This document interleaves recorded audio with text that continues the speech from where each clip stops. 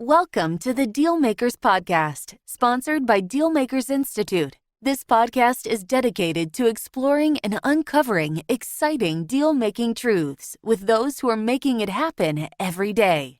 You'll discover ways to leverage and profit from every aspect of the deal-making pipeline, from acquisition to exit.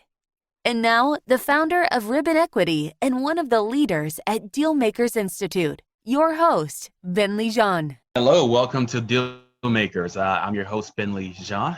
Today, I'll be speaking to Ace Chapman. Ace has been actively involved in mergers and acquisitions for close to 20 years now. He was one of the pioneers in online mergers and acquisitions and has acquired a plethora of traditional offline businesses throughout the years. I'm happy to discuss the dynamics of our current market and why now and more than ever is a good time to explore traditional offline mergers and acquisitions, as well as the current outlook of online businesses. Ace, I'm happy to talk to you today. If I missed anything in the brief introduction, can you please fill in? Yeah, no, that was a great intro. You know, when it comes to doing these kinds of deals, the thing that's exciting for me is, obviously when I started, it was early on and there wasn't a group of folks or really anybody to talk to about buying and selling these smaller businesses. And so to, number one, have people actually interested in talking and discussing this. And number two, to actually have a community that's built up around this is the most fun for me after going for many years without, when I told people what I did for a living, they would look at me cross-eyed. So excited to talk to you. Awesome, great. And let's dive into their early years. Can you give us an idea of what originally sparked your interest in micro mergers and acquisitions? Yeah, so it wasn't an interest in micro private equity. My interest originally was just generating income. And so, with my very first deal, which was just a happenstance, it was something that was kind of a luck of the draw. I was a customer of that business. And as a customer of the business, I saw that they just were doing a very bad job of running the business. And so I reached out to just become an intern with them. And in reaching out to become an intern, I found out they really just wanted to sell the business. So when they told me they wanted to sell, and if I knew somebody that might want to buy it, to let them know, it got my curiosity going. And I was just thinking to myself, like, man, this is interesting. I want to sell. I love the business just from the perspective of being a user and member. And so I was curious how much money they were making and all that. So I'm like, okay, great. Like, maybe I'll find somebody that wants to buy you guys. Tell me about the price, what you want to sell it for. Tell me about the income and how that's been going. And the business was making about 60,000, and they were only asking 70. And I knew nothing about buying a business, nothing about multiples, had never heard of multiples, nothing about coming up with a valuation. And the cool thing for me was that I was in a school where people were paying $120,000 to go to school, and I had friends that were graduating and they were coming out with a job making 40. And that became my comparable. And so I'm like, okay, if people are paying, if I'm already paying 120, and I was on scholarship, fortunately, but if this education costs 120 and I'm going to get one of these jobs getting out of here, this has to be a really good deal. But the problem at that point was that I had, $3,000 saved up from working the year before. And after kind of going through the process and trying to figure out where I could get that money from, I realized, like, I have no idea where I could get this money from. And, I was really at that point tempted to walk away, but it kept bugging me and eating at me. And after a while, I decided to reach out to a buddy of mine and who came for money. He was willing to put in 15,000, and I went back to the sellers. They were willing to finance half of it. and then I put together the rest from some credit cards, and that was kind of my entry into this micro private equity world. Wow, that's great. And given that, let's fast forward to today and our current environment. As you know, it's estimated that over $10 trillion will be either transferred or lost due to aging business owners. So, in your opinion, why do you think now is a best time for micro private equity firms? Either online or traditional offline? So I think that right now is one of those unique times in history, because for the first time we're facing something that literally the whole world is facing. And when you look at opportunities, and obviously this will be something that people listen to all over the world. Like, there have been times where there are really unique opportunities in the U.S., and then other times when there may be a really unique opportunity in Europe or in Asia. And this is the first time that literally, no matter where you are in the world, COVID and Corona has had some impact. And what that means for us, which is a really cool opportunity on the upside of all of this happened this year, is there are a lot more people that understand, even if their business wasn't directly affected, they understand the delicacy of being in business and having a business that's working and generating profit and making money. And so there's been a shift in the paradigm of business ownership. That's what's powerful.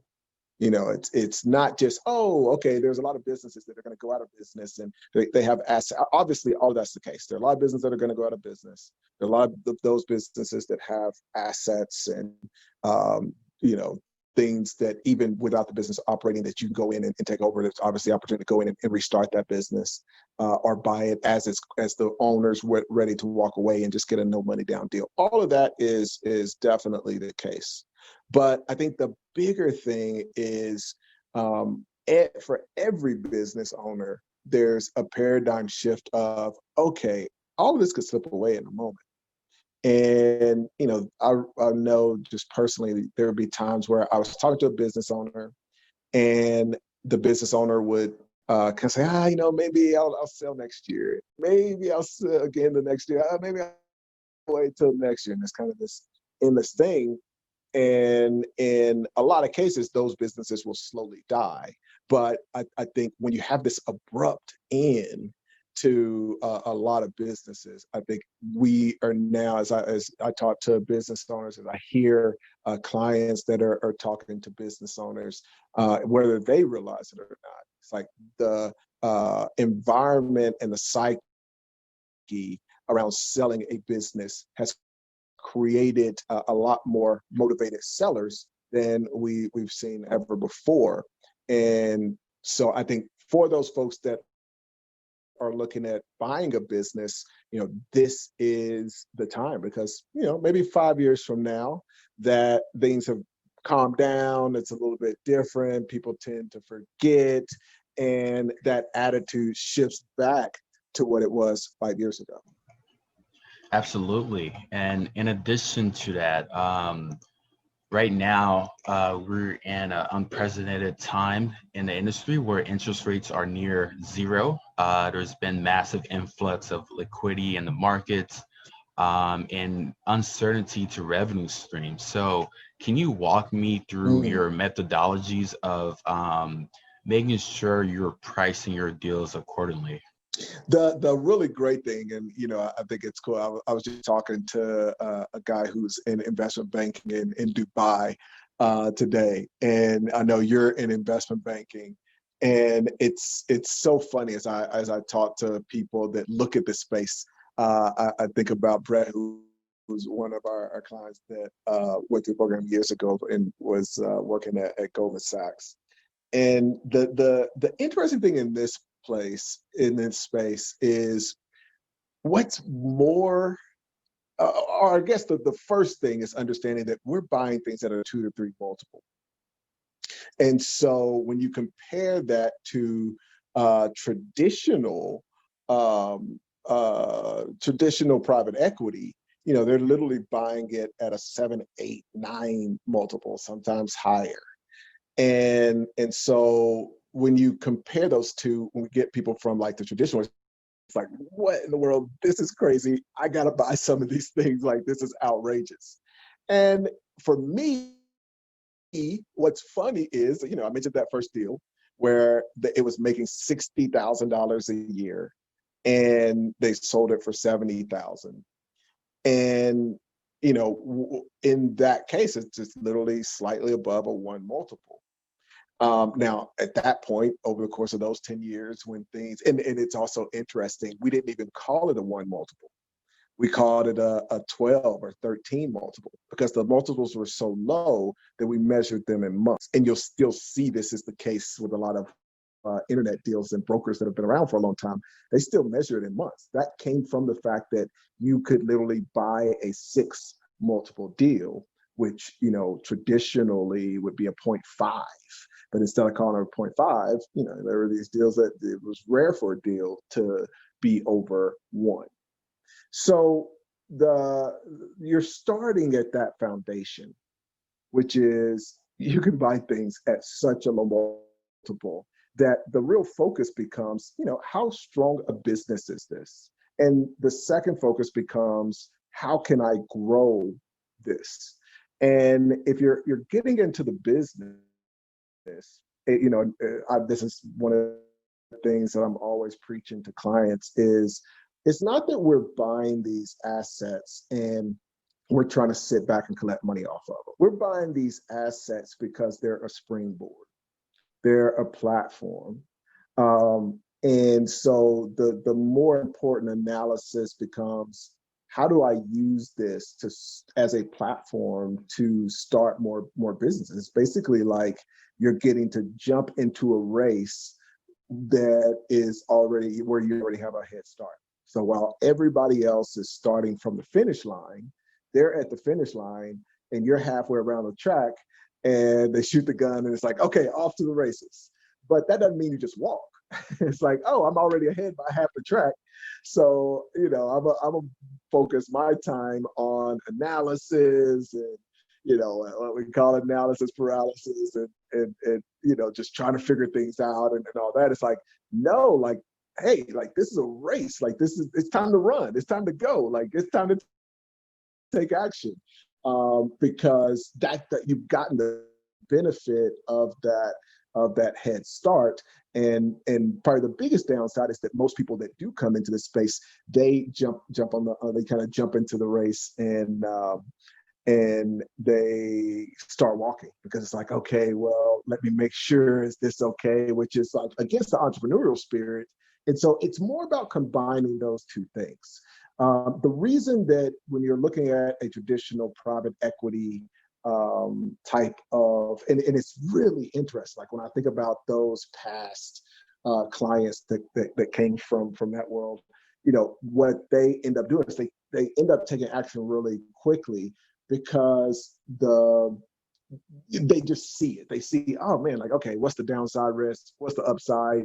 Yeah, the ROI, like, there's not a lot. And obviously coming from a very analytical background, it's like there's just there's so much froth in this that it's more about taking action and snowballing the income than it is about trying to spend a ton of time with analysis. The reason from traditional private equity that the most important thing is analysis is a few things. Number one, it's the opposite. You are focused on buying a business where the goal is just to have it kick off income, decrease some expenses. You're not using that as a platform or a launch pad to entrepreneurially start a bunch of other businesses or start a bunch of other income streams or create other assets.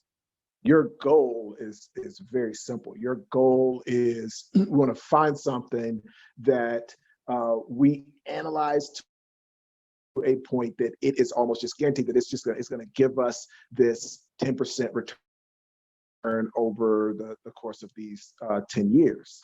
So we can pay it off and give our investors a little bit of return. And so since you're buying at that 8, 9, 10 multiple, but the idea is that you're buying something that will just kind of stick around and be around and gonna make money. The second reason that you have to analyze that point is that there are a bunch of other highly sophisticated private equity guys who are also analyzing that deal and coming up with how they can pay a little bit more with the right deal structure. And so it becomes this balancing act. It's a balancing act between, on one end, maximizing the return, and on the other end, making sure you're not taking too much risk. So you want to make sure that you've got a deal structure where you can win the deal, but you don't want to win the deal to the point where you don't make money, and then you don't want to win the deal to the point where you're taking too much risk. And so it's definitely very important for those deals to spend a ton of time analyzing. For these types of deals, the analysis is more future focused. So you're focused on, what can I do with this asset that's going to allow me to start halfway around the track before the gun is shot. Absolutely. Absolutely. I think that leads to my next question.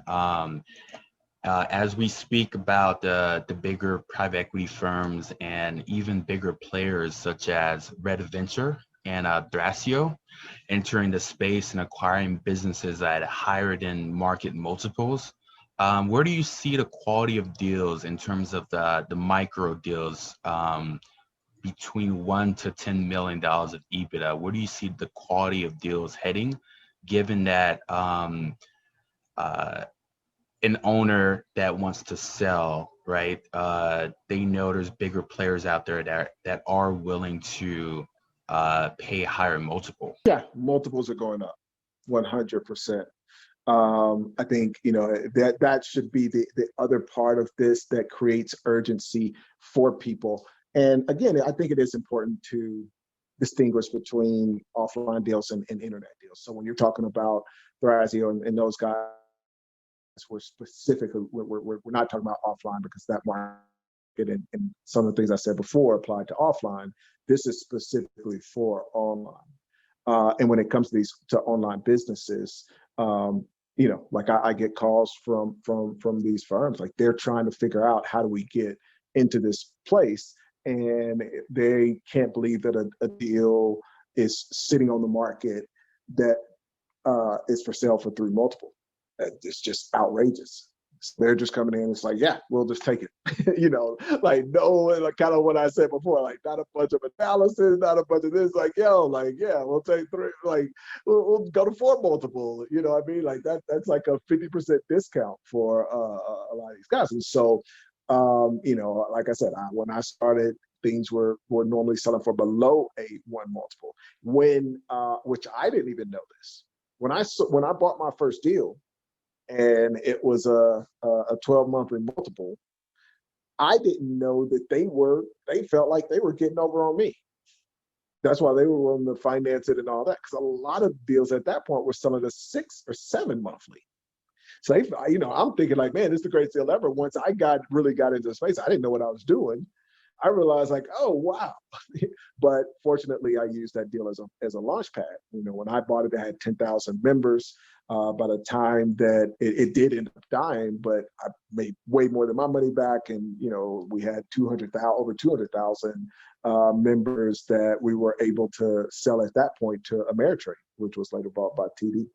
So the idea behind a lot of these bigger firms that are coming in and going to be in this space, on one end, it's going to definitely drive up multiples.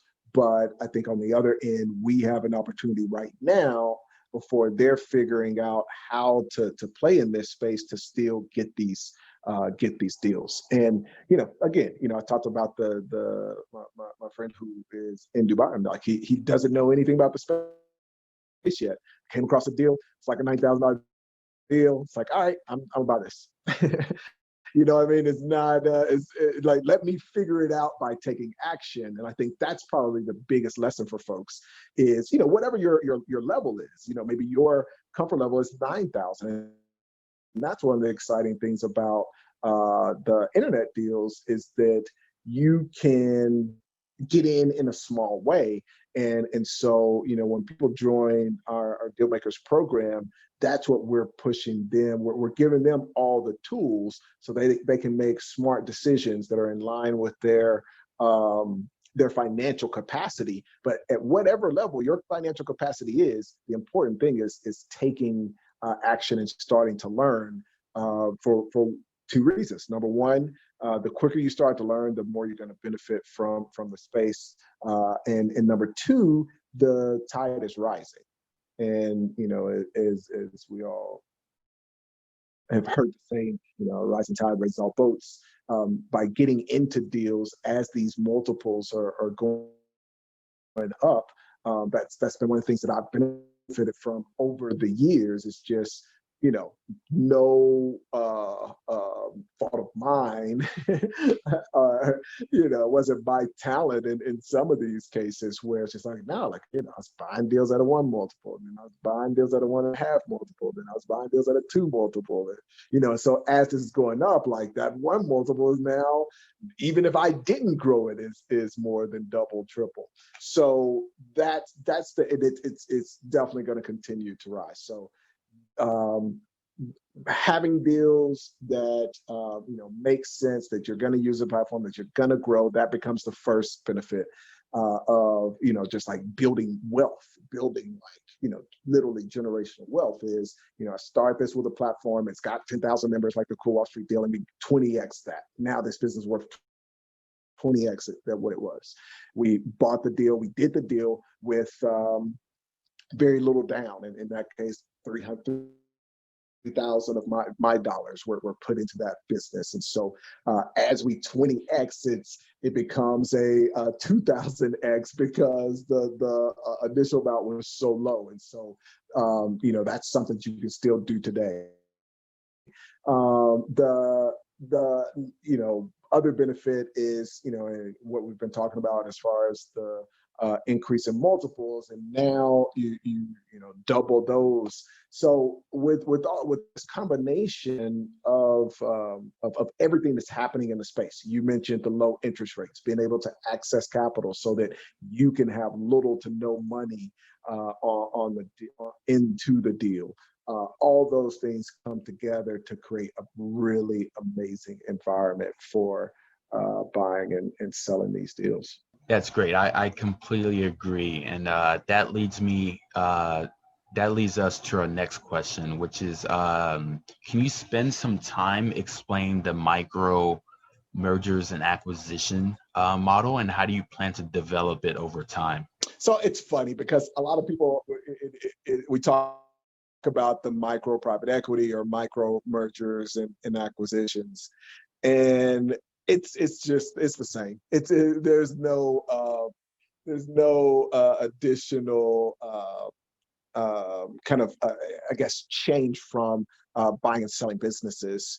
But I think the only difference is that we do want to bring that skill set of how do we access capital and do deal structuring the right way. But micro mergers and acquisitions, it's just literally buying and selling small businesses. Hey Ace, follow-on question. Can you talk more about the merger agency model?